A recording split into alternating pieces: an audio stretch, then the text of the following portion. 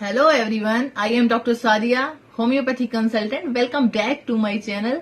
आज जो हमारा टॉपिक है वो है टाइफाइड फीवर को लेके। सबसे पहले जानेंगे टाइफाइड क्या है, इसके कारण क्या हैं, सिम्टम्स क्या हैं और best homeopathic treatment typhoid fever के लिए क्या है। उससे पहले कोई भी हेल्थ रिलेटेड क्वेश्चन हो आप मुझे कमेंट सेक्शन में पूछ सकते हो, नहीं तो इंस्टाग्राम का लिंक आप मेरी स्क्रीन में शो हो रहा होगा और ईमेल आईडी भी शो हो रही होगी, वहां पे भी आप पूछ सकते हो, मैं वहां पे आंसर करूंगी। उससे पहले जो मेरे चैनल पे नए हैं, सबसे पहले तो मेरे चैनल को सब्सक्राइब कर लें और बेल आइकन को प्रेस कर लें ताकि जो भी फ्यूचर में नोटिफिकेशन आए आपको आसानी से मिले। सबसे पहले जानते हैं टाइफाइड क्या है। टाइफाइड एक बैक्टीरियल इन्फेक्शियस डिजीज है। ये एक बैक्टीरिया की वजह से होता है, उसका नाम है सैल्मोनेला। 4 स्ट्रेन होते हैं जो टाइफाइड कर सकते हैं। फर्स्ट है सैल्मोनेला टाइफी, सेकंड है सैल्मोनेला पैराटाइफी ए, थर्ड है सैल्मोनेला पैराटाइफी बी और फोर्थ है सैल्मोनेला पैराटाइफी सी। ये चारों टाइफाइड कर सकते हैं। अब इसके जो कारण है वो क्या है, काजेज क्या है। अगर हम ऐसा खाना खाएंगे या पानी पिएंगे जिसमें ये बैक्टीरिया होगा, यानी बैक्टीरिया से कंटेमिनेटेड होगा, तो हमें टाइफाइड हो सकता है।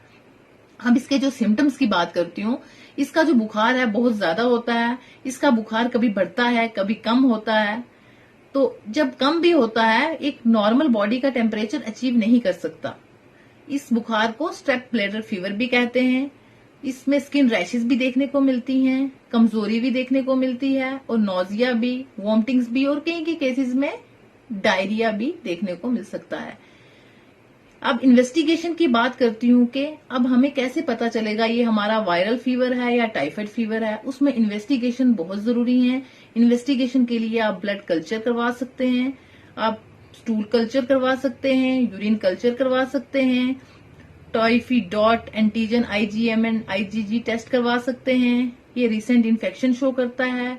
और ज्यादातर जो लोग विडाल टेस्ट करवाते हैं, इसकी एग्जैक्ट रिपोर्ट 10 दिन के बाद आती है। अब इन्वेस्टिगेशन भी करवा ली, उसके बाद जो पेशेंट है एक एंटीबायोटिक का कोर्स भी कर लेता है और पेशेंट रिकवर भी हो जाता है।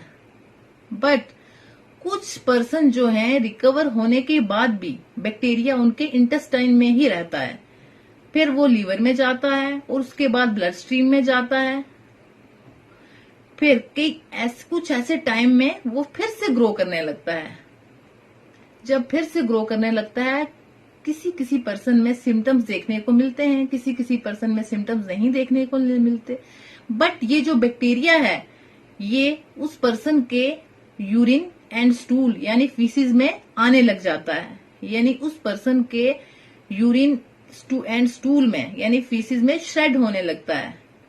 उसके बाद जब ये पर्सन स्टूल पास आउट करने जाएगा, तो उसके बाद जब वो अपने हाथ अच्छी तरह से नहीं धोएगा, एक प्रॉपर हैंड वॉश नहीं करेगा, तो उसके बाद वो चाहे उसका काम खाना बनाने का है, फूड हैंडल का काम है या पानी हैंडल का काम है, जब एक हेल्दी आदमी उस फूड को खाएगा जिसको उस इन्फेक्टेड पर्सन ने बनाया होगा, जब वो फूड खाएगा एक हेल्दी आदमी, तो उसको भी टाइफाइड हो जाएगा। इसका मोड ऑफ ट्रांसमिशन जो है ये फीकल ओरल रूट से है, इसलिए जब भी अगर उसने अच्छे से हाथ नहीं धोए तभी ये वहां से स्प्रेड होगा। तो अब बात करते हैं उन पर्सन्स की जो एंटीबायोटिक कोर्स के बाद भी कंप्लेन करते हैं फीवर जो है टाइफाइड फीवर वो बार बार हो रहा है। एक बार हो रहा है, एंटीबायोटिक कोर्स ले लिया, उसके बाद फिर से हो रहा है, सेकंड टाइम भी एंटीबायोटिक कोर्स हो गया। कई कई पेशेंट कंप्लेन करते हैं हर ईयर में उनको ये टाइफाइड फीवर के सिम्टम्स देखने को मिलते हैं, बट इन्वेस्टिगेशन में भी टाइफाइड फीवर उन्हें दिखता है। उसके लिए बेस्ट होम्योपैथिक ट्रीटमेंट जो है वो मैं आपको बताऊंगी क्या है। मैं मेडिसिन कुछ शेयर करूंगी और बहुत ही इफेक्टिव मेडिसिन है होम्योपैथिक में। तो फर्स्ट है जो बेस्ट होम्योपैथिक ट्रीटमेंट हमारा, फर्स्ट मेडिसिन है बैप्टिशिया मदर टिंचर। ये जो बैप्टिशिया मदर टिंचर है इसकी 20 ड्रॉप्स आप सुबह लें, 20 शाम को लें। हाफ कप वाटर लेना है, उसमें 20 ड्रॉप आपने सुबह डालने हैं, 20 शाम को डालने हैं। 25 से 30 दिन तक आपने मदर टिंचर यूज करना है। सेकंड मेडिसिन है हमारी एचनीशिया क्यू का मदर टिंचर। ये आपने 10 ml वाटर लेना है कप में, उसमें ये 5 ड्रॉप सुबह डालने हैं, 5 शाम को डालने हैं। ये आपने 20 डेज तक लेना है। उसके बाद जब आपने बैप्टीशिया का मदर टिंचर लोगे आप, उसके बाद जब लेने 1 महीने के बाद आपके सिम्टम्स जो हैं कम हो जाएंगे, बुखार कम होगा, आपके अदर सिम्टम्स जो हैं वो भी कम हो जाएंगे। उसके बाद आप बैप्टीशिया 30 के डाइल्यूशन जो होता है उसके 2 ड्रॉप सुबह डायरेक्टली टंग पे आप लेंगे 1 महीने तक।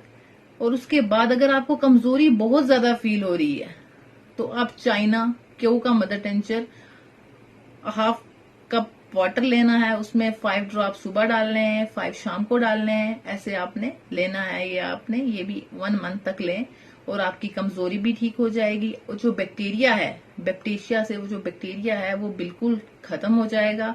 बार बार जो आपको टाइफाइड फीवर हो रहा है वो नहीं देखने को मिलेगा। अगर ये मेरी वीडियो आपको इन्फॉर्मेटिव लगी हो तो do subscribe my channel. Thank you.